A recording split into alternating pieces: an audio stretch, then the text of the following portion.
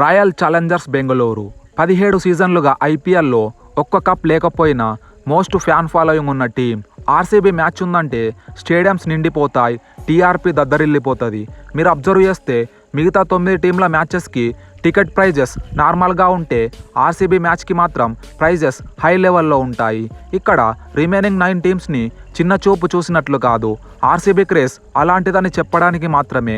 ప్రతి year auction తర్వాత ఆర్సీబీని అంటారు ఎప్పుడు మంచి మంచి ప్లేయర్స్ని బిడ్ చేయకుండా చివర్లో వచ్చే నార్మల్ ప్లేయర్స్కి హై ప్రైస్ పెట్టి కొంటారని ఎప్పుడు ట్రోల్ చేస్తూనే ఉంటారు.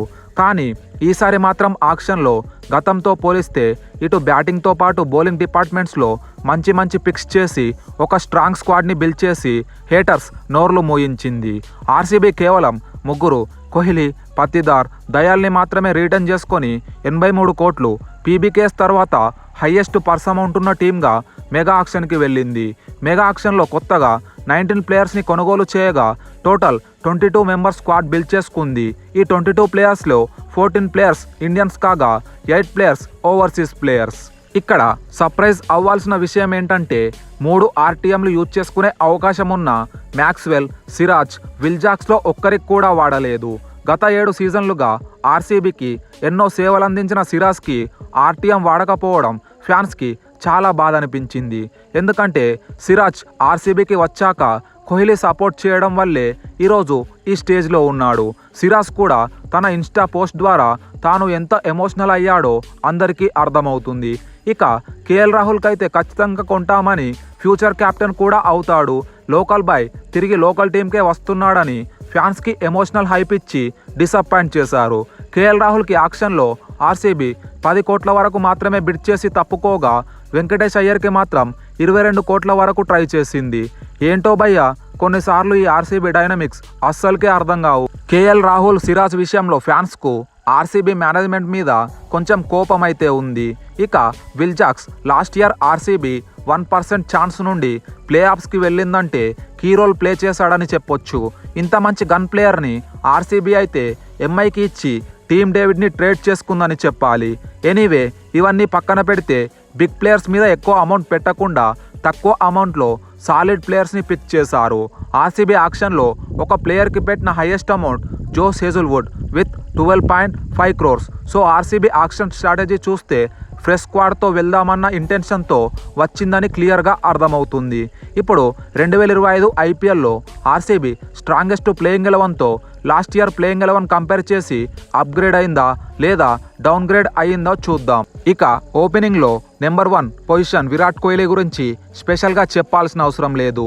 గత 17 సీజన్స్ నుండి ఒకే ఒక టీంకి ఆడుతున్న ప్లేయర్ కోహ్లీ.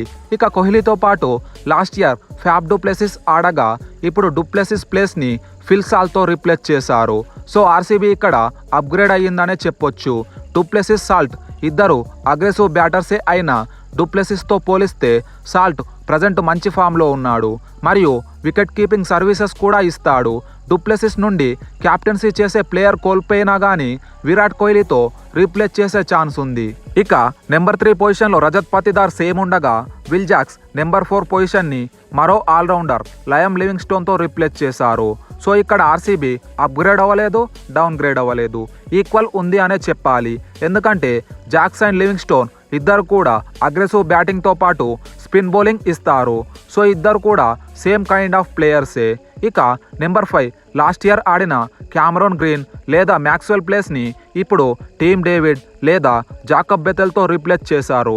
డేవిడ్ కానీ బెథెల్ కానీ ఎలాంటి అగ్రెసివ్ ప్లేయర్సో మనందరికీ తెలుసు. సో ఇక్కడ అప్గ్రేడ్ అయ్యారనే చెప్పాలి. ఇప్పుడు నెంబర్ 6 పొజిషన్లో wicket keeper batter Dinesh Karthik ప్లేస్ని జితేష్ శర్మతో రీప్లేస్ చేశారు. కార్తిక్తో పోలిస్తే జితేష్కి ఎక్స్పీరియన్స్ ఎక్కువగా లేకపోయినా జితేష్ కార్తిక్ లాగే దూకుడైన బ్యాటింగ్తో ఫినిష్ ఇస్తాడు కాబట్టి ఇక్కడ కూడా ఈక్వల్గా ఉందనే చెప్పాలి. ఇక నెంబర్ 7లో ఈ పొజిషన్లో ఆడిన మహిపాల్ లోమ్రోర్ ప్లేస్ని ఇప్పుడు ఆల్రౌండర్ కృణాల్ పాండ్యాతో అప్గ్రేడ్ చేశారు. కృణాల్ లోయర్ ఆర్డర్లో బ్యాటింగ్తో పాటు ఎక్స్ట్రా స్పిన్ బౌలింగ్ ఆప్షన్ ఇస్తాడు కావున డెఫినెట్లీ అప్గ్రేడ్ అయ్యారనే చెప్పాలి. ఇక నెంబర్ 8 పొజిషన్లో లెగ్ స్పిన్నర్ కర్ణ్ శర్మ ప్లేస్ని మరో లెగ్గి సుయాష్ శర్మతో రీప్లేస్ చేశారు. ఇద్దరు కూడా సేమ్ కైండ్ ఆఫ్ బౌలర్సే. సో ఇక్కడ కూడా ఈక్వల్ ఉందనే చెప్పాలి.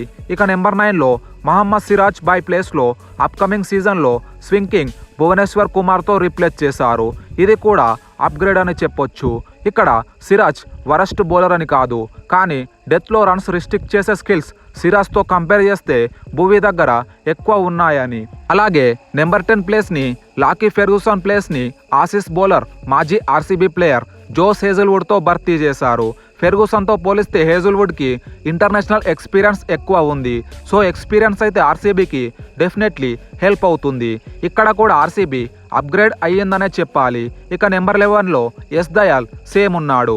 ఇంపాక్ట్ ప్లేయర్గా గత సీజన్లో ఎక్కువగా స్వప్నిల్ సింగ్ ఇప్పుడు కూడా సేమ్ ఉండగా విజయ్ కుమార్ వైశాఖ్తో పోలిస్తే ఇప్పుడు రసిక్ సలాందార్ని వాడే ఛాన్స్ ఉంది. సో ఇక్కడ కూడా అప్గ్రేడ్ అయ్యారు. ఓవరాల్గా లాస్ట్ సీజన్తో కంపేర్ చేస్తే ఇప్పుడు ఇటు బ్యాటింగ్ బౌలింగ్ చాలా వరకు ఆర్సీబీ అయితే అప్గ్రేడ్ చేశారనే చెప్పుకోవాలి. ఇప్పుడు ఆర్సీబీకి 2025 ఐపీఎల్ స్క్వాడ్లో ఉన్న స్ట్రెంగ్త్ మరియు వీక్నెస్ ఏంటో చూద్దాం. ముందుగా strengths. Number 1 good lower order batting. వచ్చే సీజన్లో ఆర్సీబీకి లోయర్ ఆర్డర్లో స్ట్రాంగ్ బ్యాటింగ్ లైనప్ ఉంది. ఆల్రౌండర్ లివింగ్స్టోన్ నెంబర్ 2 నుండి నెంబర్ 5 వరకు ఏ పొజిషన్లో అయినా బ్యాటింగ్ చేయగలడు. ఇక Indian player Jitesh Sharma and Krunal Pandya Chinnaswamy stadium conditions perfect suit అవుతుంది. అలాగే టీమ్ డేవిడ్ రూపంలో ఎక్స్పీరియన్స్డ్ ప్లేయర్ ఉండగా జాకబ్ బెథెల్, రొమారియో షెఫర్డ్ లాంటి అగ్రెసివ్ బ్యాటర్స్ ఉన్నారు. సో ఇది ఆర్సీబీకి మెయిన్ స్ట్రెంగ్త్ అనే చెప్పాలి. Number 2 decent all round options. గత సీజన్స్తో పోలిస్తే ఈసారి ఆర్సీబీకి చాలా వరకు బౌలింగ్ చేసే ఆల్రౌండర్ ఆప్షన్స్ ఉన్నాయి. Like Livingstone, team David, shepherd, Bethell. Bowling కాకుండా బ్యాటింగ్ చేసే ఎబిలిటీ ఉంది కాబట్టి ఇది కూడా ఒక స్ట్రెంగ్త్ అవుతుంది. Number 3 pace bowling options. Last సీజన్లో డెత్ ఓవర్స్లో రన్స్ రిస్ట్రిక్ట్ చేసే బౌలర్స్ లేరు, కానీ ఇప్పుడు భువీ, హేజల్వుడ్, రసిక్ సలాం అలాగే backup options Lungi Ngidi, Nuwan Tushara లాంటి బౌలర్స్తో స్ట్రాంగ్ బౌలింగ్ యూనిట్ కలిగి ఉంది. ఇప్పుడు వీక్నెసెస్ ఏంటో చూద్దాం. Number 1 dimension batting lineup. మీరు ఒకసారి ప్లేయింగ్ 11 అబ్జర్వ్ చేస్తే Virat Kohli, Phil Salt, Patidar, Livingstone, Jitesh Sharma, team David, Romario shepherd, number 6 position వరకు జాకబ్ బెథెల్ అండ్ కృణాల్ పాండ్యాని వదిలేస్తే అందరూ రైట్ హ్యాండ్ బ్యాటర్సే. సో ఇది పెద్ద వీక్నెస్ కాకపోయినా T20 ఫార్మాట్లో మాత్రం పెద్ద వీక్నెస్ అనే చెప్పాలి. క్రికెట్లో లెఫ్ట్ రైట్ కాంబినేషన్ అపోనెంట్ టీంని చాలా ఇబ్బంది పెడుతుందని మీకు అందరికీ తెలిసిందే. Number 2 week spin lineup. Suyash Sharma, Swapnil Singh, Krunal Pandya రూపంలో స్పిన్నర్స్ ఉన్న వీళ్ళు ఫ్రంట్ లైన్ స్పిన్నర్స్ అయితే కాదు, ఆయన పెద్దగా ఎక్స్పీరియన్స్ కూడా లేదు. చాహల్ లాంటి ఒక ఎక్స్పీరియన్స్ స్పిన్నర్ జట్టులో ఉంటే టీం వేరేలా ఉండేది. ఈ వీక్ స్పిన్ లైనప్ ప్రెషర్ అంతా పేస్ బౌలర్స్ పైన పడుతుంది. సో ఇది అయితే ఆర్సీబీ 2025 ఐపీఎల్లో బెస్ట్ ప్లేయింగ్ 11 అండ్ టీంకి ఉన్న స్ట్రెంగ్త్ అండ్ వీక్నెస్. మరి ఈ టీంకి మీరు ఇచ్చే రేటింగ్ ఎంతో కామెంట్ చేయండి. Thanks for watching. Have a great day.